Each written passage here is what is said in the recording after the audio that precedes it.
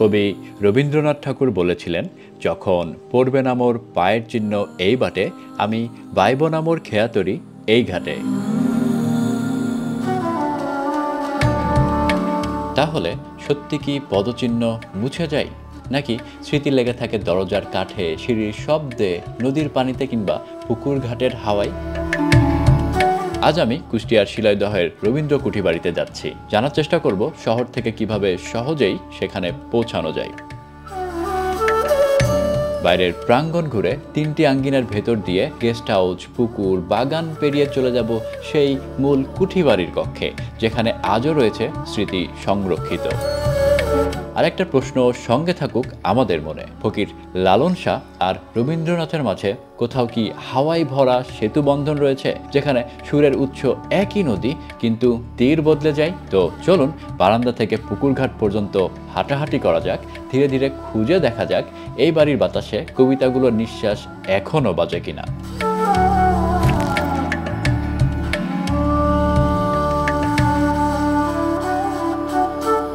আজকে আমি চলে আসছি কুষ্টিয়া জেলার কুমারখালী উপজেলার শিলাইদহ গ্রামে রবীন্দ্রনাথ ঠাকুরের কুঠিবাড়িতে। আজকে আপনাদের কুঠিবাড়ির মধ্যে নিয়ে যাব। তার আগে চলুন দেখে আসা যাক আমরা কুষ্টিয়া শহর থেকে কুঠিবাড়ি পর্যন্ত কিভাবে আসলাম। তো কুষ্টিয়া শহরের মদনপুর থেকে আপনি রওনা দিতে পারেন, কিংবা চৌরাস মোড় থেকে রওনা দিতে পারেন। চৌরাস মোড় থেকে যদি আপনি রওনা দেন, প্রথমে পেয়ে যাবেন রায়নী বটতলা এই মোড়টা পার হলে পাবেন মাসুদ রুমি সেতু, যেই সেতুটা আমরা এখন পার হচ্ছি, এবং এর নিচ দিয়ে চলে গেছে একটা নদী। এই নদীটার নাম হচ্ছে গড়াই নদী। সামনে আমরা পাবো আলাউদ্দিন নগর, এবং আলাউদ্দিন নগরে এসে হাতের বামে আমরা চলে যাচ্ছি। হাতের বামে গেলে পাবো একটা রেল গেট। এই রেল গেটটা ক্রস করলে পাবো আলাউদ্দিন সাহেবের বাড়ি, যে বাড়িটা আমরা এখন দেখতেছি। এই বাড়িটা আসলে কেন দেখাচ্ছি আপনাদের, আলাউদ্দিন সাহেব হচ্ছেন তিনি যার নামে এই পুরো এলাকাটার নামকরণ করা হয়েছে। এই বাড়ির সামনে দিয়ে যে রোডটা চলে গেছে, সেই রোড দিয়ে আমরা যাচ্ছি, এবং এই রোডটা কিন্তু খুবই দারুণ দেখতে। সামনে আমরা যে মোড়টা পেলাম, এই মোড়টার নাম হচ্ছে বেলগাছি মোড়। বেলগাছি মোড়ের হাতের ডানে চলে গেলে পেয়ে যাবো কুঠিবাড়ি, এবং আমার সাথে আছে সিফাত, পেছনে আছে সৌম্য এবং রনি। যাই হোক, আমরা আজকে যেহেতু কুঠিবাড়ি যাচ্ছি, চলুন কুঠিবাড়ির মধ্যে ঢোকা যাক। আমরা এখান থেকে দেখতে পাচ্ছি কুঠিবাড়ির গেট, এবং খুব অল্প সময়ের মধ্যে আমরা গেটের কাছাকাছি পৌঁছে যাচ্ছি। আমাদের হাতের ডানে পড়তেছে পার্কিংয়ে আমরা ঢুকবো। তো এটা হলো পার্কিং, আর আমরা পার্কিংয়ে গাড়ি রাখছি। যেরকমটা দেখতেছেন, কুষ্টিয়ায় আসলে আপনি যে এই ব্যাপারটা খুব ফ্রিকুয়েন্টলি লক্ষ্য করবেন, সেটা হলো কুষ্টিয়ার কুলফি। এখানে 3 জন ভাই দাঁড়িয়ে আছে এবং কুষ্টিয়ার কুলফি বিক্রি করছে। আমরা একটু কুলফি সম্পর্কে জানার চেষ্টা করি। এখানকার কুলফি, নাম করা কুলফি বাংলাদেশের ভিতরে 100 টাকা আছে, 60 টাকা আছে, 40 টাকা আছে, নিচে 40 টাকা। খুব মজার কুলফি। আমাদের এখানে কুলফিটা 1 নম্বর কুলফি। এটা থেকে আমরা কুলফিটা চাকু দিয়ে এরকম করে কাটিয়ে আর গিলাসে আর চামচ দিয়ে তারা খায়, তাই না? হ্যাঁ, সবাই খায়। এটা আপনার হাতে যেটা আছে, এটা কয় টাকার কুলফি? এই হাতে আছে এটা 60 টাকা। মোহাম্মদ সুরত আলী শেখ কাকার কাছ থেকে আমি কুলফি সম্পর্কে জানলাম। আমি যেহেতু মাত্র আসলাম, গাড়িটা পার্ক করলাম, কুঠিবাড়িতে ঢুকবো, এবং আই গেস আজকে বেশ গরম লেগে যাবে। যখন গরম লেগে যাবে তখন এখানে আসবে, একটু বিশ্রাম করব, তখন সুরত আলী শেখ কাকার কাছ থেকে কুলফি খাওয়ার চেষ্টা করবো ইনশাআল্লাহ। আমার সামনে যে জায়গাটা দেখছেন, পার্কিংয়ে ঢোকার গেটের ঠিক পাশেই, এইটা হলো টিকিট কাউন্টার। এখানে গাড়ির টিকিট কাটতে পারবেন। আমাদের যেহেতু প্রাইভেট কারের জন্য কত টাকা দিতে হবে ভাইয়া? 50 টাকা। মাইক্রোর জন্য 100, বাইক নিয়ে আসলে 30 টাকা। তো পার্কিং এবং পার্কিংয়ে রাখার খরচ সম্পর্কে আপনাদের বললাম। পার্কিংয়ের অপোজিটেই যেটা দেখতে পাচ্ছি, এখানে খাবার হোটেল আছে, এবং কুলফি টুলফিও এখানে আছে, বিভিন্ন বিস্কিটের দোকান আছে। এখানে খাবার হোটেলে কি কি খাবার পাওয়া যায় আমরা একটু দেখি। 5 মিশালি সবজি আছে, চিকেন, এটা খাসি ভুনা। এখানে বেশ কয়েক ধরনের ছোট মাছের সমারোহ দেখতে পাচ্ছি। এগুলো কি নদীর মাছ ভাইয়া? জি, এগুলো নদীর। শুধু পাবদাটা চাষের, ছোট মাছগুলো নদীর। আমি যে হোটেলটার খাবার দেখলাম, এটা হচ্ছে মজনু হোটেল অ্যান্ড রেস্টুরেন্ট। যেরকমটা দেখছেন আমার পেছনেই কুঠিবাড়ি গেট। এখন আমি এই গেটের ভিতরে প্রবেশ করব। তো এটা হলো টিকিট কাউন্টার। আমরা এখন টিকিট কাউন্টারে যাব এবং টিকিটের দাম সম্পর্কে শুনবো এবং টিকিট সংগ্রহ করব। টিকিটের দাম একটি 30 টাকা দাম। ইন্টার সেকেন্ড ইয়ার পর্যন্ত 10 টাকা, আর ইন্টার অনার্স মাস্টার ডিগ্রি বড় সব 30 টাকা। বাচ্চা ক্লাস 5 পর্যন্ত ফ্রি। আমরা এই গেট দিয়ে ঢুকে আসলাম। টিকিট কাউন্টারটা ছিল এখানে, এবং এদিক দিয়ে আমরা প্রবেশ করলাম। আই গেস বেরোনোর সময় আমাদের ওই গেট দিয়ে বেরোয় যেতে হবে। তো এই গেট দিয়ে ঢোকার পরে আপনি যেটা দেখতে পাবেন হাতের ডানে, এটা হলো ক্যান্টিন, এটা হলো মুক্ত মঞ্চ, আর এই রোড দিয়ে সোজা চলে গেলে পেয়ে যাবেন কুঠিবাড়ি, যেটা আমরা এখান থেকে কুঠিবাড়ির ফ্রন্ট সাইডটা দেখতে পাচ্ছি, ওইদিকে আমরা ধীরে ধীরে আগাবো। আর আমার সামনে যে জায়গাটা দেখছি এখানে খুব দারুণ একটা ম্যাপ দেয়া আছে। এই ম্যাপটাতে বলা আছে কুষ্টিয়ার বিভিন্ন জায়গা থেকে আপনি কুঠিবাড়িতে কিভাবে পৌঁছাতে পারেন এবং দূরত্বটা কতটুকু, যেটা নেভিগেশনের জন্য আসলে অনেক হেল্পফুল। তো আমার ডান সাইডে ছিল ক্যান্টিন এবং মুক্তমঞ্চ। আমি সামনের দিকে এখন এগিয়ে যাচ্ছি। কুঠিবাড়ির দিকে আগালেই আপনি হাতের বামে দেখবেন একটা রেস্ট হাউস, যেটার নাম সোনারতরী রেস্ট হাউস। এটা হলো সোনারতরী রেস্ট হাউসের গেট। এখানে হয়তো সরকারি কর্মকর্তাগণ থাকেন, অথবা আপনি যদি চান আগের থেকে বুকিং করলে আপনি নিজেও এখানে স্টে করতে পারবেন। সাধারণত আমরা কুষ্টিয়া বা আশেপাশের জায়গা থেকে যারা এখানে ঘুরতে আসি তারা এখানে ঘুরেই চলে যায়, কিন্তু আপনি যদি ঢাকা কিংবা অন্যান্য ডিস্ট্রিক্ট থেকে আসেন তাহলে এটা খুবই দারুণ একটা জায়গা হতে পারে। এবং এই জায়গাটা এত সুন্দর, এই জায়গাটার পাশে একটা পুকুরও রয়েছে, যেটা আসলে আপনাকে প্রাকৃতিক পরিবেশের সৌন্দর্য অনুভবে খুব দারুণভাবে হেল্প করবে। আর এখানে আপনি বসবেন, এখানকার সুন্দর প্রাকৃতিক পরিবেশ অনুভব করবেন। ব্যাপারটা শুধু এটুকুই না, এখানে পুকুরের একটা ঘাটও রয়েছে, চাইলে আপনি গোসলও করতে পারবেন। তো আমি এই ঘাটে বসলাম, উপভোগ করছি প্রাকৃতিক সৌন্দর্য। মনে হচ্ছে আমি এখানে যদি বেশ খানিকক্ষণ বসি আমি একটা কবিতা লিখে ফেলতে পারবো। এখন আমরা কুঠিবাড়িতে ঢুকেই নাই, তার বাইরে এরকম সুন্দর পরিবেশ এবং এখানে গাছগুলো পুকুরের পানিতে একেবারে নুইয়ে পড়ছে। সব কিছু মিলিয়ে আমার মনে হচ্ছে এখানে যথেষ্ট রিজন আছে কবিগুরু রবীন্দ্রনাথ ঠাকুর এখানে বসে ওনার মনে এই দারুণ দারুণ কবিতার উদ্যোগগুলো কিভাবে হয়েছিল এটা আমরা আরও অনুভব করব ভালোভাবে যখন আমরা কুঠিবাড়ির মধ্যে ঢুকবো। ওখানেও বিভিন্ন সাইজের পুকুর আছে, পুকুরগুলো আমরা এক্সপ্লোর করব এবং বোঝার চেষ্টা করব ওনার কবিতার লেখার উদ্রেকটা এই প্রাকৃতিক পরিবেশ কতটুকু জাগিয়েছিলেন।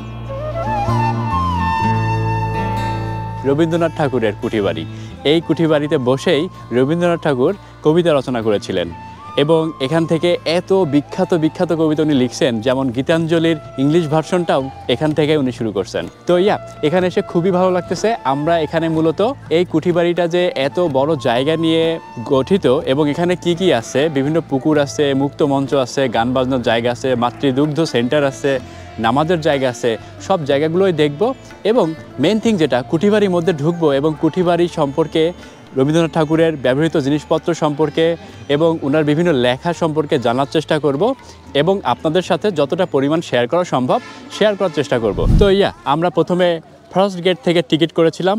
টিকিট করার পরে মুক্ত মঞ্চ, ওখানে গেস্ট হাউস দেখলাম, তারপর সেকেন্ড গেট দিয়ে ঢুকে পড়লাম। আরও একটা গেট পার হব, যে গেটটা পার হওয়ার পরে আমরা মেন কুঠিবাড়িতে ঢুকবো, বাট তার আগে দেখব বাইরে আসলে কি কি আছে। এই গেট দিয়ে ঢোকার পরেই আপনার হাতের ডান সাইডে আপনি যেটা দেখবেন সেটা হলো মুক্ত মঞ্চ, যেটা একেবারে ওল্ডেস্ট মুক্ত মঞ্চের পরে বানানো হয়েছিল। সেটা এইটা, এখানে যখন অনুষ্ঠান হয় তখন এসব মুক্ত মঞ্চে গান বাজনার ব্যবস্থা করা হয় এবং একটা উৎসব মুখর পরিবেশ এখানে সৃষ্টি হয়। আর এই মুক্ত মঞ্চটার পরে রয়েছে একটা পুকুর, পুকুরটার আগে রয়েছে আম বাগান, যেখানে বিভিন্ন ধরনের আম গাছ লাগানো আছে।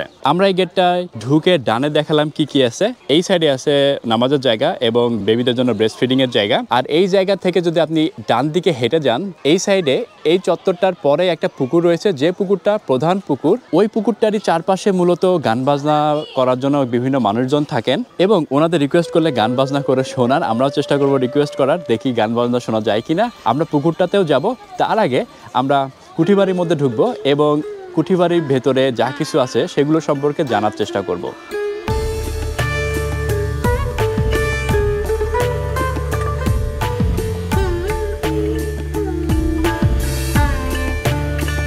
তো ফাইনালি আমি কুঠিবাড়ির মধ্যে চলে আসলাম। আমার ডান সাইডে রয়েছে একটা সুন্দর মাঠ, যেটা সবুজে ঘেরা এবং বাম সাইডেও সেম।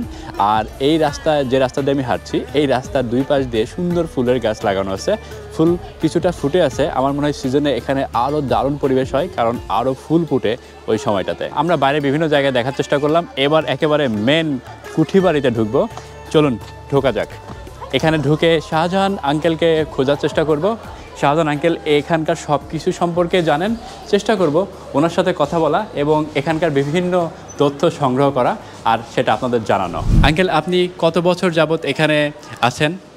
আমি দীর্ঘ প্রায় 20টা বছর এখানে আছি। আমি দেখা যাচ্ছে যত ভিভাইভি আসে এদের একটু ব্রেক করা লাগে, এদের গাইড হিসাবে একটু কাজ কাম আমার বেশি করা লাগে আর কি। আর আমার নাম মোহাম্মদ শাহজাহান আলী, 2004 সালে নিয়োগপ্রাপ্ত এখানে সরকারিভাবে নিয়োগপ্রাপ্ত। জি জি। আমরা এখন বর্তমানে দাঁড়াইছি রবি ঠাকুরের নিচতলা কুঠিবাড়ির একদম প্রথম প্রবেশ রুমে আমরা দাঁড়াই আছি। আমার এই ডাইন পাশে একটা বোর্ড দেখা যাচ্ছে, কবিরাজ ঠাকুরের এখানে 13 বছর বয়সকাল থেকে ছবি শুরু করে ওনার মৃত্যু পর্যন্ত ছবি আছে 1941 শেষ। এই বোর্ডে 28টা ছবি আছে, মূলত ছবিগুলো কুটিবাড়ির এখানে ডিসপ্লে করা আছে। এটা দেখছেন, এটা হচ্ছে ওয়াটার ফিল্টার পুরা মাটির তৈরি। কবিগাছা শেষ সময় পানিটা ফিল্টার করে রেখেতে নিচে ট্যাপের পয়েন্ট আছে, উপরে নেট ছিল, নেটগুলো বর্তমানে এখন আর নেই। আর এটা দেখছেন, এটা হচ্ছে ওয়াটার ফিল্টার স্ট্যান্ড। ওয়াটার ফিল্টারটির পুরে বসা রাখতেন, এটা কিন্তু পুরা মাটির তৈরি, দুইটা পার্ট আমরা আলাদা করে রেখে দিয়েছি। আর এটা দেখছেন, এটা হচ্ছে 8 কোণা টেবিল। কবিগাছ ঠাকুর পড়ার টেবিল থেকে উঠে যখন বেডরুমে বসতেন তখন খাটের পাশে টেবিল তো নয়, টেবিলে বই খাতে লেখালেখি করে 8টা কোণা আছে, 8 কোণা টেবিল আছে। এটা হলো ঠাকুরের স্ত্রী। ওনার স্ত্রীর বয়স যখন 9, কবিগাছ ঠাকুরের বয়স 22, তখন বিয়ে হয়। 29 বছর বয়সে ওনার স্ত্রী মারা গেছেন 1902 সালে, খুলনা ফুলতলার ঠাকুরের শ্বশুর বাড়ি। এটা হচ্ছে কবিগাছ ছোট ছেলে শুভেন্দ্র, 11 বছর বয়সে মারা গেছেন।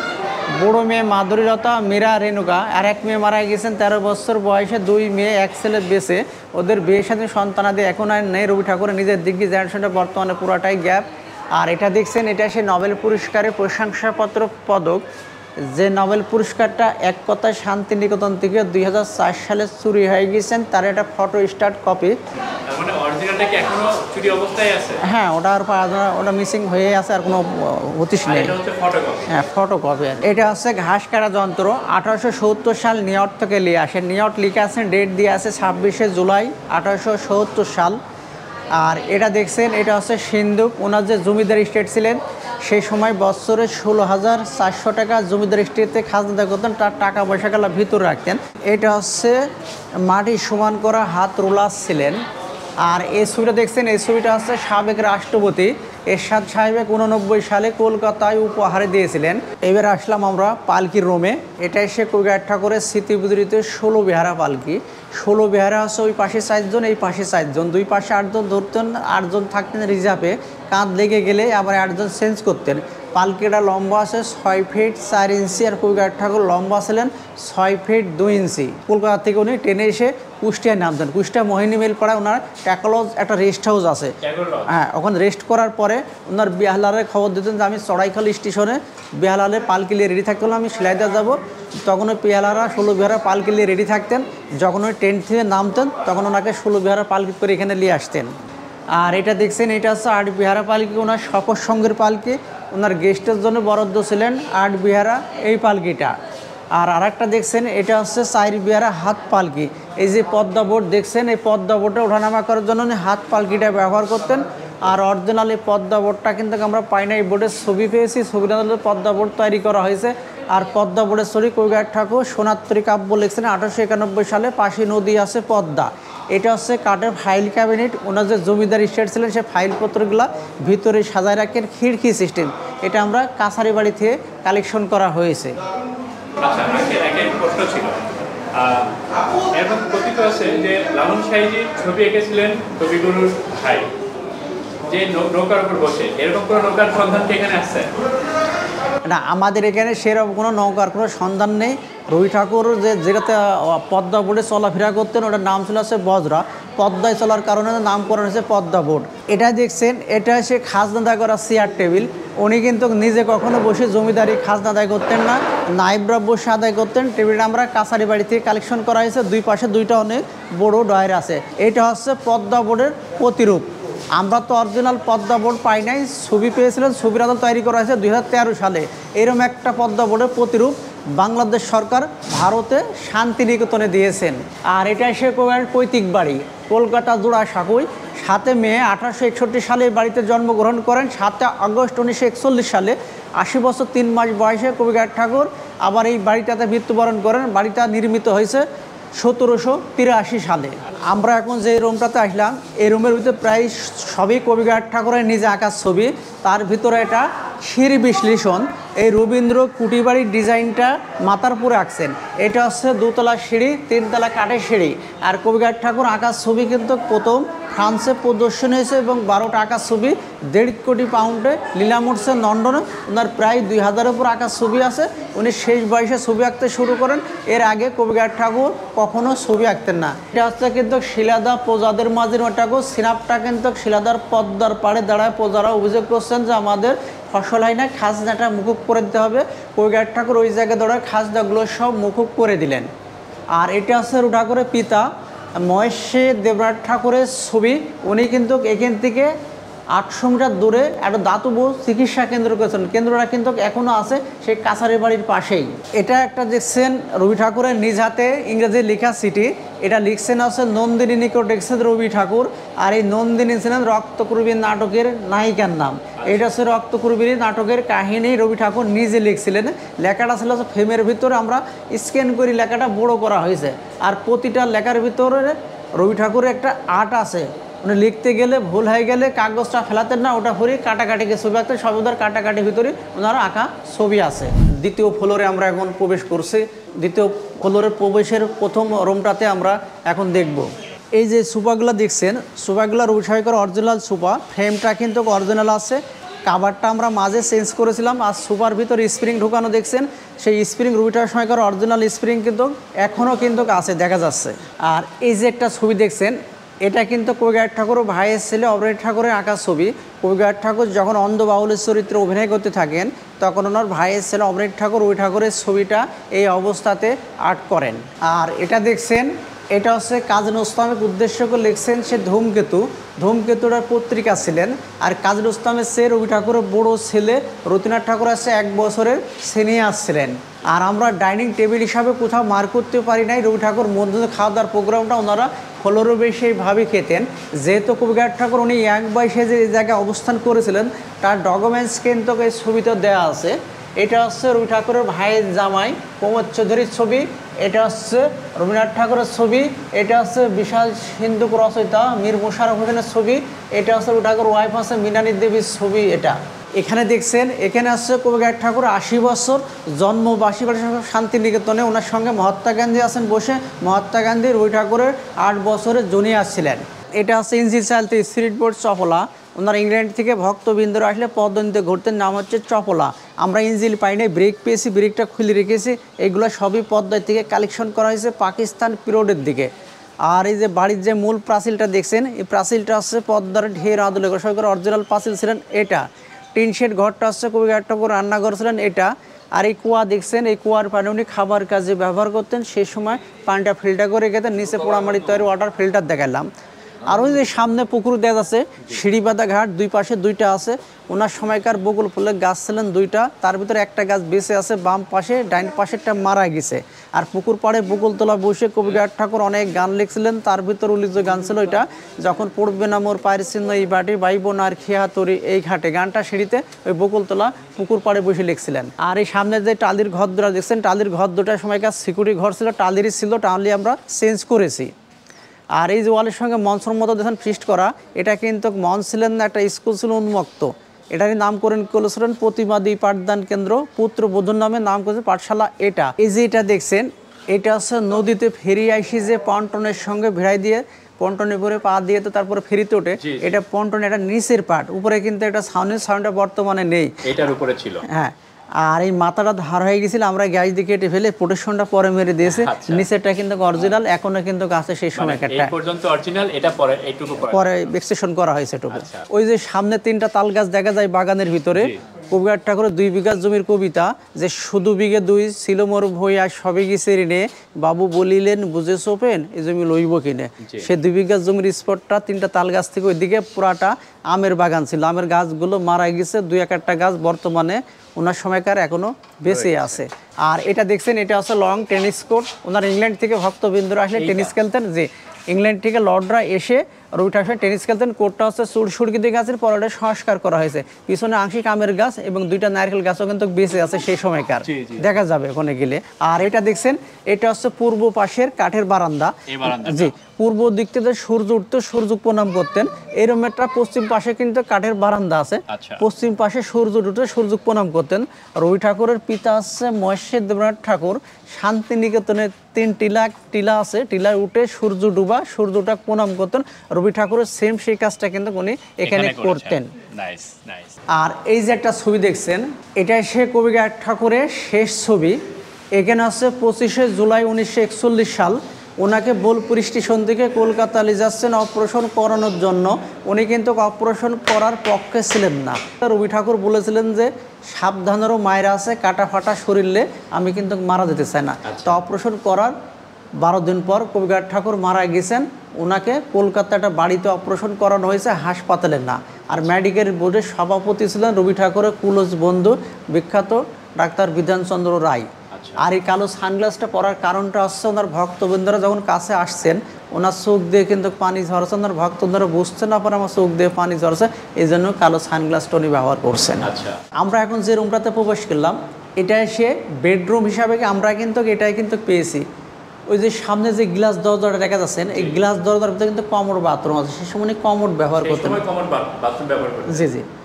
পিছনে নিচে গেলে পেছনেটা লোহার সিঁড়ি দেখা যাবে, সুইপার বাথরুম পিছন দিয়ে পরিষ্কার করে পিছন দিয়ে নেমে যেতেন, সুইপার সামনে দিয়ে কখনো প্রবেশ করতেন না। এটা তো ওনার তাহলে ব্যবহার করা খাট, এই খাটটাই উনি ব্যবহার করতেন? হ্যাঁ, রবি ঠাকুর যখন ইয়াং বয়সে এই জায়গায় অবস্থান করেছিলেন তখন এই খাটটা উনি ব্যবহার করতেন। আর যেহেতু রবি ঠাকুর মিল না, ওটা হচ্ছে উনি তো ওই বয়সের রবি ঠাকুর এখান থেকে চলে গেছেন, ওইটা হচ্ছে ভারতের খাট, ওই জন্য ওই খাটটার সঙ্গে ওই খাটে কোনো মিল নেই, মিল দেখতে পাচ্ছেন না। আর এই যে একটা ছবি দেখছেন এটাই সেই রবি ঠাকুরের সে ভাইয়ের বউ, ওনার বৌদির ছবি। জি জি, হ্যাঁ, কাদম্বরী দেবীর ছবি। উনি 25 বছর বয়সে আত্মহত্যা করে মারা যান। আত্মহত্যার করার কারণটাও আছে, যেহেতু রবি ঠাকুরের মানে সমতল বয়স ছিলেন এবং রবি ঠাকুরের লেখালেখি কাজে সব কিছু কাজে উনি কিন্তু অনুপ্রেরণা যোগাতেন এবং সহযোগিতা করতেন। এটা কিন্তু ওনার পারিবারিকভাবে ওনার দাদা কিন্তু এটা মেনে নিতে পারতেন না। তাকে দেখা যাচ্ছে বিভিন্ন কাজে বিভিন্ন ইতে ওনাকে অপবাদ দিতেন। যে কোনো প্রোগ্রামে ওনার দাদা গেলে ওনাকে সাথে নিতেন না, বলতে তুমি রবির সাথে যাও। সেই অপবাদ উনি সইতে না পারে উনি আত্মহত্যা করে মারা যান। আর ওনার কাছারি বাড়িতে আছে বাংলাদেশে 3টা। এটা হচ্ছে সাজাদপুর কাছারি বাড়ি, সিরাজগঞ্জ। কাছারি বাড়ি বলতে গেলে রবি ঠাকুরের যেসব যে জমিদারি স্ত্রীর কার্যকলাপগুলো ওইগুলো জমিদারি সেই টাকা পয়সা ট্যাক্স কালেকশন হিসাব লিখা সব কিছু কাছারি বাড়িতে দেখাশোনা করতেন নাইবরা। ওনার দাদাবার যখন শাসন ছিলেন তখন এসে দেখলেন যে রবি ঠাকুর একটা পূজার উৎসব আছে, তখন রবি ঠাকুরের সাথে সামনে বললেন যে যারা হিন্দু প্রজা তাদের দেখা যাচ্ছে যে পার্টিতে বসতে দিতেন, আর যারা মুসলমান প্রজা তাদের ফ্লোরে বসতে দিতেন। রবি ঠাকুর এসে দেখলেন যে বাৎসরিক একটা পূজার উৎসব করতে, সেই পূজার উৎসবে এই দৃশ্যটা, তখন রবি ঠাকুর এটা প্রতিবাদ করলেন। হ্যাঁ, রবি ঠাকুর একটা প্রতিবাদ করলেন যে পূজার উৎসব করতে হলে সবাই একত্রে বসে পূজার উৎসব করতে হবে। সেই বৈষম্যটা কিন্তু কবিগার ঠাকুর এখান থেকে উনি কিন্তু দূর করলেন। আচ্ছা, নাইস।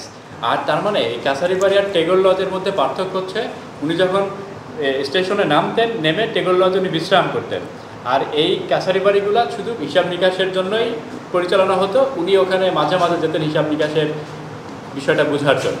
জি জি। আর এখানে আমি দেখতে পাচ্ছি একটা শ্বশুর বাড়িও আছে ওনার। জি জি, হ্যাঁ, খুলনা ফুলতলা শ্বশুর বাড়ি আছে। জি জি।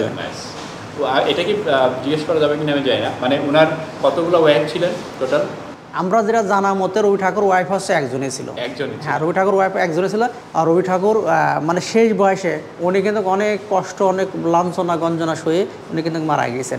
ওনার জামাইরা খুবই বেয়াদব ছিলেন, দেখা যাচ্ছে পায়ের পর পা উঠাই দিয়ে ওনার সামনে সিগারেট খেতেন, বিড়ি খেতেন, দেখা যাচ্ছে যে অপমানজনক, টাকা পয়সা না দিলে এরকমভাবে লাঞ্ছিত করতেন। কবিগুরুর জীবনটা মানে খুবই কষ্টে শেষের দিকে। তারপর ওর জীবনটা বলতে গেলে প্রথম থেকে প্রায় ধরেন ইয়াং বয়স থেকে দুঃখ শুরু হয়েছে। যেহেতু ওনার ওয়াইফ মারা যায় 1901 সালে, তখন ওনার বয়স কত? ওনার বয়স 40-এর ভিতরে, 40-41 ভিতরে। তারপরে উনি এককভাবে লেখালেখি জীবনযাপন করেছেন। আচ্ছা আচ্ছা, আঙ্কেল আপনাকে অনেক ধন্যবাদ, আপনি অনেক তথ্য দিয়ে আমাকে সহযোগিতা করলেন। আমার একটা স্পেশাল প্রশ্ন আছে, যেহেতু আমার আগের পর্বে আমি লালন সাইজি সম্পর্কে বলার চেষ্টা করেছি এবং সেখানকার মেলাটা দেখানোর চেষ্টা করছি, আমি জানতে পেরেছি রবি ঠাকুরের সাথে লালন সাইজির একটা সখ্যতা ছিলেন। তো এই সখ্যতা সম্পর্কে আমাকে একটু জানাবেন।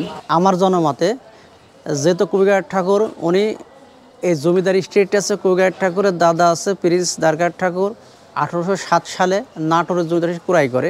সেই সুবাদে রবি ঠাকুর মূলত এখানে এসেছিলেন। উনি প্রথমে এখানে অবস্থান এসেছিলেন 1871 সাল, 10 বছর বয়স, তখন দাদার সঙ্গে বেড়ানোর উদ্দেশ্যে এসেছিলেন। তখন যদি লালনের সঙ্গে সাক্ষাৎ হতে পারে, অর্থাৎ আমার মনে বলে হন নাই, হলে তো অবশ্য ফটো সেশন যে কোনো একটা ডকুমেন্টস থেকে থাকতো, সেটা তো আমরা আজ পর্যন্ত কেউ দেখাতে আমরা পাই নাই, তাতে দেখা যাচ্ছে হন নাই। আর যখন জমিদার হিসাবে আসেন 1889 সালে, তারপরেই কিন্তু লালন কিন্তু মৃত্যুবরণ করেন। তার মানে আপনার ভাষ্য মতে ওই রকম সক্ষতা আপনার জানা নেই, তবে ওনার দাদা যে ছবিটা এঁকেছিলেন এটা আঁকতে পারে। জি জি, হ্যাঁ, ওই দাদা যে ছবিটা আঁকছেন উনি আঁকতে পারে, যেহেতু ওনার দাদার সঙ্গে ওনার দেখা সাক্ষাৎ হয়েছে, ঠিক আছে, দাদার সঙ্গে হয়েছে, কিন্তু রবি ঠাকুরের সাথে আমার মনে বলে তেমন কোনো সাক্ষাৎ হয় না। হলে তাহলে পৃথিবীর অনেক জ্ঞানী ব্যক্তির সাথে তার পিকচার আছে, ছবি আছে, অনেক কিছু, তার সাথে কোনো আমরা ডকুমেন্টস দেখতে পাই না। আচ্ছা, দেখা যায় না, এই জন্য আমরা সঠিকভাবে কিছু বলতে পারছি না। আচ্ছা, অনেক ধন্যবাদ আঙ্কেল, শাহজাহান আঙ্কেল, আপনি আমাদের অনেক তথ্য দিয়ে সহায়তা করেছেন। পরবর্তীতে আসলে আপনার সাথে আবার যোগাযোগ করার চেষ্টা করব। আপনাকে অসংখ্য ধন্যবাদ, দোয়া করি আপনি ভালোভাবে থাকেন, ভালো জীবন করতে পারেন, এটাই আমার প্রত্যাশা। সবাই আপনি ভালো থাকেন। আসসালামু আলাইকুম। ওয়ালাইকুম আসসালাম। সো আমি এখন রবি ঠাকুরের কুঠিবাড়ি থেকে বের হয়ে আসলাম বাইরে। এখন আমার উদ্দেশ্য হলো পুকুর ঘাটে যাওয়া, মেইন পুকুরটা দেখা, এবং এই পুকুরের 2টা ঘাট রয়েছে, যে ঘাটগুলো দেখা এবং এটা সম্পর্কে জানা। এই পুকুরটা খুবই তাৎপর্যপূর্ণ, কারণ এখানে রবি ঠাকুর বসতেন, কবিতা লিখতেন। এই পুকুরটা আমরা এখন দেখব। তো আমি এখন পুকুরের দিকে হেঁটে যাচ্ছি। আমার ডানে একটা পুকুর রয়েছে, বামে একটা পুকুর রয়েছে, 2টা পুকুর আমার সামনে আছে। ডানের পুকুরটা বেশ বড়, যেটা আমি দেখতেছি, এবং এই পুকুরের চারপাশে আপনি যে কোনো জায়গায় ইনফ্যাক্ট বসতে পারেন। বসার জায়গাগুলো পরে করা হয়েছে, বাট এইখানে যে 2টা ঘাট রয়েছে, এখানে একটা আর ঠিক অপোজিটে আর একটা, এই ঘাটগুলো আগের থেকেই ছিল, কিন্তু পরবর্তীতে এই ঘাটগুলো সুন্দর করে বাধাই করা হয়েছে এবং শানের ঘাট বানানো হয়েছে। এই ঘাটের ওই পারে দেখতেছি গান বাজনা হচ্ছে, যারা সারাদিনই এখানে উপস্থিত থাকেন এবং আপনি বললে আপনাকে গান শোনাবেন। পুকুরের চারপাশে বসার যে জায়গাগুলোর কথা আমি আপনাদের বলছিলাম, এরকম বসার জায়গা করা আছে, এবং এটা কিন্তু পুকুরের একেবারেই কাছে। আপনি চাইলেই এখানে পা ঝুলিয়ে দিয়ে পানির মধ্যে পা ডুবিয়েও বসতে পারেন। এখান থেকে পুকুরের বড় একটা অংশ দেখা যাচ্ছে, যেটা একেবারে মাঝ বরাবর, 2 পাশে 2টা ঘাট রয়েছে। এইটার অপোজিটেও একটা পুকুর রয়েছে, যেটা সাইজে ছোট, আর এই পুকুরটার দিকেই আমরা এগিয়ে যাচ্ছি। আমি এখন এই পুকুরটায় দাঁড়িয়ে আছি। মজার ব্যাপার হলো এই পুকুরে পদ্ম ফুল ফুটে আছে, লাল পদ্ম আমি দেখতে পাচ্ছি, এবং এখানকার পরিবেশটা কিন্তু খুবই অসাধারণ লাগতেছে আমার কাছে। আর এই ছোট্ট পুকুরটার ওই পারেও একটা বড় পুকুর রয়েছে, যেটার পরিবেশ অনেক সুন্দর দেখতে পাচ্ছি। এই পুকুরটার ওইখানে আসলে গ্রন্থাগার, আর এটা বলা যায় স্টাফ কোয়ার্টার, লাইক এখানে যারা আছেন দায়িত্বরত তারা এখানে থাকেন, এবং এটা হয়তো অফিস রুম হিসেবে ব্যবহৃত হয়। তো আমি এই পুকুরের ঘাটে চলে আসছি। যেরকমটা দেখছেন আমি শানের ঘাটে দাঁড়িয়ে আছি। আগে কিন্তু এই শান ছিল না, এই ঘাটটা পরবর্তীতে বাধাই করা হয়েছে। আগে ঘাটটা নর্মাল ছিল, যখন রবি ঠাকুর এখানে থাকতেন। পুকুরের চারপাশের পরিবেশটা আমার কাছে খুবই সুন্দর লাগছে। দূরে হাঁস ওখানে পুকুরের কিনারায় খেলা করছে, চারপাশে মানুষজন হাঁটাহাঁটি করছে, বিভিন্ন বসার জায়গা আছে। আর যে বাতাস এখানে বইছে, এই বাতাসের তালে তালে পানিতে একটা স্রোতের সৃষ্টি হয়েছে, এবং পুকুরের চারপাশটা ঘিরে যে এই গাছগুলো আছে, গাছগুলো থেকে বিভিন্ন ফুল পানিতে পড়ছে, এবং এই ফুলগুলো ঢেউয়ের সাথে সাথে দুলছে। সবকিছু মিলিয়ে এখানে এক দারুণ পরিবেশের সৃষ্টি হয়েছে। আর যেটা বলতে চাই, এই সুন্দর প্রাকৃতিক পরিবেশের মধ্যে টুংটাং করে গান বাজলে কিন্তু মন্দ হয় না। আমার পাশে একটা ছোট্ট মঞ্চ টাইপের করা আছে, এবং এখানে যারা গান ওনারা উপস্থিত আছেন। আর অবশ্যই এটা আমি মিস করব না, আমরা এখন ওখানে যাব আর গান শুনবো। খোলা মঞ্চ বলা যেতে পারে। এখানে আমি আসলাম, আঙ্কেলদের সাথে একটু কথা বলবো, তারপরে গান শুনবো। আঙ্কেল, আপনার নাম কি? আমার নাম মোহাম্মদ রানু বিশ্বাস। মোহাম্মদ রানু বিশ্বাস। আপনি এখানে কি প্রতিদিনই গান করেন? এখানে 22 বছর। 22 বছর ধরে গান করছেন। প্রতিদিন তো অনেক মানুষ আসেন এখানে। আসে, আবার এখন তো আনসিজন, এখন একটু কম আসে। অফ সিজনের কারণে একটু কম মানুষজন আসে। কম মানুষজন আসে, যখন সিজন হয় তখন আসে। আর বছরে 4টি তিথি আছে, যেমন 2টা ঈদ আর 2টা লালন। জি, এই 4টা তিথিতে মানুষগুলো বেশি আসে। এই জায়গাটাকে উদ্দেশ্য করে কোনো অনুষ্ঠান হয়?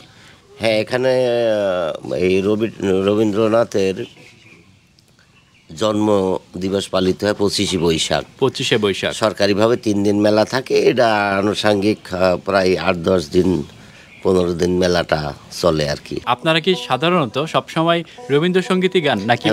এখানে রবীন্দ্রসঙ্গীতটাই আমরা বেশি গাই। আচ্ছা, আপনার মন মতো যে গানটা গাইলে আপনারা খুশি হবেন এবং আমরা খুশি হব, সেই গানটা আপনারা গান। পড়বে না মোর পাঁচ চিহ্ন এই বাটে, বাইব না খেয়া তরি এই ঘাটে।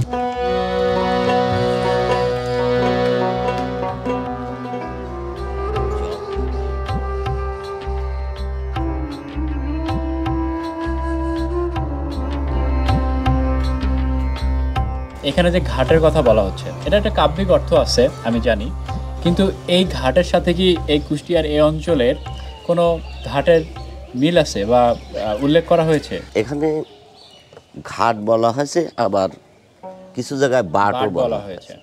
বাট মানে পৃথিবী। আচ্ছা, এই পৃথিবীতে আমার যখন আমি থাকবো না তখন আমার পদচিহ্ন পড়বে, আমার পায়ের চিহ্ন পড়বে না। আচ্ছা, আর বাইব না খেয়াতরি জি, এই ঘাটে। এর অর্থটা হচ্ছে আপনি যে কোনো ঘাট, আপনি পদ্মা নদীর ঘাট মনে করতে পারেন, এই পুকুর ঘাট মনে করতে পারেন। এটাকে একটু আধ্যাত্মিক ভাবে চিন্তা করলে আমি যখন এই দুনিয়ায় থাকবো না তখন তোমার পদচিহ্নও থাকবে না। তো এখানে কোনো ঘাটে বা মানে বাটে যদি আমি না থাকি, পৃথিবীতে না থাকি, তাহলে কোনো ঘাটে আমি আমার তরি বাইতে পারবো না, এটাই স্বাভাবিক। হ্যাঁ, এটা আসলে আপনার কাছ থেকে অনেক দারুণ একটা ইনফরমেশন পেলাম, মানে আধ্যাত্মিক একটা অ্যাঙ্গেল আছে এই গানটা। আচ্ছা, যেমন আছে গানের, রবি ঠাকুরের গানের মধ্যে এমন এমন কিছু কথা আছে যে কথাগুলো আসলে, যেমন একটা গান আছে, কেন জামিনী না যেতে জাগালে না, বেলা হলো মরিলে লাজে। জামিনী মানে রাত, অনেকে জানেই না জামিনী মানে রাত। আচ্ছা, এক। দুই হচ্ছে আর একটা গান আছে, যেমন গ্রাম ছাড়া ওই রাঙামাটির পথ। কবি ঠাকুর কিন্তু কথাটা বলেছে যে গ্রাম ছাড়া, গ্রাম ছাড়া ওই রাঙামাটির পথ, তাহলে গ্রামের পথ ছাড়া, গ্রামের পথ ছাড়া। এই গ্রামটা কি তাহলে? হ্যাঁ, তাহলে এই গ্রামটা হচ্ছে এই গ্রামটা হচ্ছে দেহগ্রাম, শরীর। হ্যাঁ। আচ্ছা, আমি কি আরেকটা প্রশ্ন করতে পারি যদি আমার জানা থাকে? আমি এরকমটা শুনেছি যে লালন শাহের সাথে রবীন্দ্রনাথ ঠাকুরের একটা সখ্যতা ছিল। আমি যদিও শিওর না, বাট আপনারা জানতে পারেন, এর জন্য প্রশ্ন করছি। কারণ লালন সাহেজির গানে অনেক আধ্যাত্মিক অর্থ আছে। আপনি আজকে, আমি টু বি অনেস্ট প্রথম জানলাম রবি ঠাকুরের গানেও এরকম একটা অ্যাঙ্গেল আছে। সো আপনি কি মনে করেন যে এই দুজনের মধ্যে কোনো সখ্যতা আসলে ছিল কিনা বা কোনো কানেকশন? ওনাদের আসলে আমরা বাইদি বাইজা যেটা শুনছি সেটা হচ্ছে রবি ঠাকুর লালনের যখন প্রচলিত, লালন যখন বৃদ্ধ, তখন রবি ঠাকুর হচ্ছে বাচ্চা, ছোট। আচ্ছা, কিন্তু এটাও শুনছি রবি ঠাকুরের বড় ভাই নাকি ওনাকে নিয়ে এসে এখানে মাঝে মাঝে গান শুনছে, এবং তখন রবীন্দ্রসঙ্গীত গান ছিল। তখন লালনেরই গান, এবং লালনকে নিয়ে এসে লালনের গান শুনতে, এবং উনি লালনকে অনেকটা মানে গুরু মানতেন। আচ্ছা, এটাই আর কি। আচ্ছা, এখন এখানে আপনাকে প্রশ্নটা কেন করলাম, দেখেন এখানে যারা ঘুরতে আসে তারা খুব স্বাভাবিকভাবে লালন শাহের ওখানে যান, আবার লালন শাহের ওখানে যারা আছেন তারা এখানে আসেন। তো এটাও জানা জরুরি যে এখানে কোনো কানেকশন আছে কিনা। এটা যদি মানে কোনো জায়গায় যখন আমরা যাই, যদি ওই জায়গাটার সম্পর্কে আমাদের একটু ধারণা থাকে, বা যার জায়গায় যাচ্ছি, রবীন্দ্রনাথ ঠাকুরের এখানে আমি আসছি, ওনার সম্পর্কে আমি যত জানবো, এই জায়গার সৌন্দর্য, ভারত তো আমার কাছে কিন্তু তত বেশি হবে। সেখানে একটা অংশ হিসেবে আপনাকে আমি প্রশ্নটা করেছি। এই যে যেমন লালনের গানের মধ্যে আছে, তোর বাবার বাবা ঠাকুর দাদা মিলে যে মাটিলের জল খেয়ে ক্যানেরে মন ঝাঁপ দিলে তোর বাবা। ক্যানেরে মন এমন হলে যাতে জন্ম তাতেই মনে ঘুরতে হবে, লক্ষ্যগুলি হাতে বেরি সাত করে। দ্বীপের আলো দেখে রে মন উড়ে পড়ে পতঙ্গ গণ, অবশেষে হারায় জীবন, মন আমায় তাই করলি হারে। সিরাজ সাই দরবেশে তাই কয়, শক্তিরূপে ত্রিজগৎময়, লালন কেমন ভোরে সদাই, আত্মতত্ত্ব না সেরে। আচ্ছা, এই যে একটা গান, এটা তো গানের অর্থগুলি বুঝতেই পারছেন, কারণ লালন এমন কিছু গান একদম মানে একদম ভেঙে বলি দিয়ে গেছে। কিন্তু রবি ঠাকুরেরও এইরকম গান আছে, যেমন ও তুই ফেলে এসেছিস কারে মন, ফেলে এসেছিস কারে, যে পথ দিয়ে চলে আলি সে পথ গেলি ভুলে, কেমন করে ফিরবি তাহার দ্বারে। জি জি, এর গভীর একটা অর্থ আছে, আসলে শেখার অনেক কিছু আছে। তো আমি খুবই অবাক হই যে আমাদের কুষ্টিয়া এটা কত মূল্যবান একটা জেলা বাংলাদেশে, যে জেলায় লালন শাহের মতো এত আধ্যাত্মিক বা জ্ঞানী মানুষ জন্মেছেন বা এখানে এসেছেন, আবার রবীন্দ্রনাথ ঠাকুরের মতো এত বিশাল একজন জ্ঞানের মানুষ এখানে ছিলেন। তো এটা কিন্তু খুবই গর্বের একটা, এটা আমাদের গর্বের, এটা আমাদের গর্বের, আমাদের গর্বের। তো এইটারই অংশ হিসেবে দেখেন, আমার লাস্ট ভিডিওটা আমি বানিয়েছিলাম লালন শাহের মেলা নিয়ে। এটা অনেক মানুষ পছন্দ করছে, কারণ ওখানে যা হয় সেটা আমি দেখানোর চেষ্টা করেছি, সাধকদের সাথে কথা বলার চেষ্টা করেছি, এবং ওনাদের বক্তব্য তুলে ধরার চেষ্টা করছি।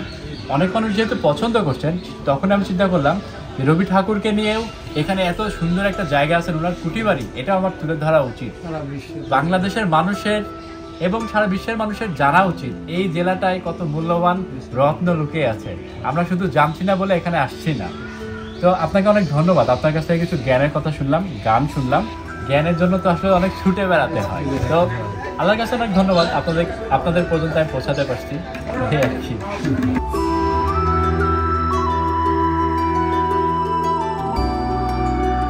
আমরা তখন গান শুনলাম কোথায় বসে? পুকুর পাড়ে বসে, এবং যে প্রাকৃতিক সৌন্দর্যের মধ্যে বসে গান শুনলাম, আসলে মনটা ভরে গেছে আজকে। আকাশটা মেঘলা এবং দারুণ একটা পরিবেশ আজকে। সূর্যের তাপে আমি পুড়ে যেতে পারতাম, কিন্তু আল্লাহর ইচ্ছা আজকে সূর্যের তাপটাও কম। সব কিছু মিলিয়ে আজকের দিনটা এখানে খুবই সুন্দরভাবে উপভোগ করলাম। মনে আছে প্রথমে একটা কুলফিওয়ালাকে বলে এসেছিলাম যে বেরোনোর সময় কুলফি খাবো, তো কুলফিওয়ালার কাছে যাব এবং কুলফি খাবো। আপনাদের বলার চেষ্টা করব কুষ্টিয়ার বিখ্যাত কুলফির টেস্টটা এখন এখানে কেমন। সুরত কাকার কাছে আমি আবার আসছি, যদিও কাকা তখন ছিলেন পার্কিং এর ওখানে, এখন বাইরে চলে আসছেন। আছে 100 টাকারটা আর 60 টাকারটা আছে। 40 টাকারটা কি হলো? 40 টাকারটা আছে, কিন্তু ওটা একটু কমা হবে। আচ্ছা 60 টাকারটাই খেলাম, সমস্যা নাই। মজা হবে তো? হ্যাঁ, খুব মজা হবে। পুরাটা খালি শুধু সরের কুলফি, সর। কাকা বলতেছে পুরোটা শুধু সরের কুলফি। দেখা যাক, খেলে তো বুঝতে পারবো। খেলে 100% চামচ দাও। এক মিনিট, আমি কিন্তু অনেক কুলফি খাইছি। হ্যাঁ, খাইলে কিন্তু আমি ধরে ফেলবো। এটা হচ্ছে পৃথিবীর সেরা কুলফি। পৃথিবীর সেরা কুলফি। ওকে, লেটস সি পৃথিবীর সেরা কুলফি কেমন হয়। ঠিক আছে, এটা খেয়ে দেখ। ওনারা বলতেছে শহর পাবেন, আসলেই পুরোটাই শহর।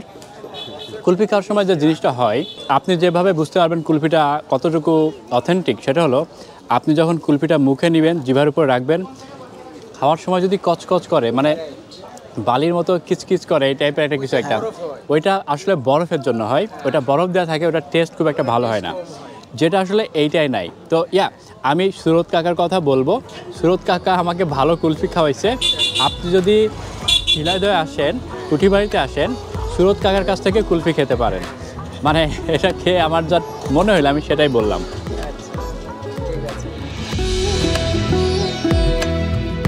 তো আমরা রবীন্দ্রনাথ ঠাকুরের কুঠিবাড়ি সম্পর্কে জানার চেষ্টা করলাম, গান শোনার চেষ্টা করলাম, গান শুনলাম, অনেক ভালো লাগলো পুকুর পাড়ে বসে গান শুনতে। এরপরে কুলফি খাওয়ার চেষ্টা করলাম, কুলফির টেস্টও অনেক ভালো লাগছে। তো সম্পূর্ণ মিলায়ে আজকের দিনটা ছিল একটা প্যাকেজ এবং ভালো লাগার প্যাকেজ। আমার গত ব্লগ লালন মেলা 2025, এই ব্লগটা অনেকে পছন্দ করেছেন। এখন পর্যন্ত আমার চ্যানেলের বেস্ট ভিউড একটা ভিডিও, যারা দেখেন নাই ব্লগটা দেখতে পারেন। আর আজকের ব্লগটা কেমন লাগলো জানাবেন। যদি কোনো সাজেশন থাকে কমেন্ট বক্সে লিখতে পারেন। আর আমার ভুল ত্রুটি ক্ষমা সুন্দর দৃষ্টিতে দেখার অনুরোধ রইল। তো আমার ব্লগটা যদি ভালো লেগে থাকে চ্যানেলটা সাবস্ক্রাইব করতে ভুলবেন না। দেখা হচ্ছে নেক্সট ব্লগে, সে পর্যন্ত ভালো থাকুন, ধন্যবাদ।